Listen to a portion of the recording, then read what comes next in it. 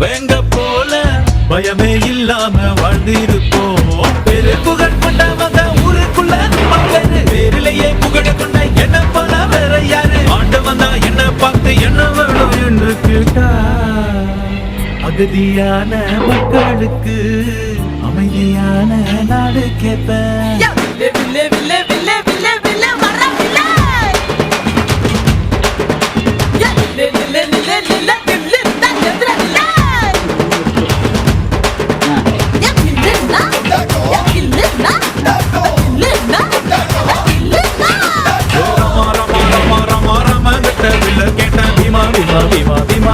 கேட்ட கதைய கேட்ட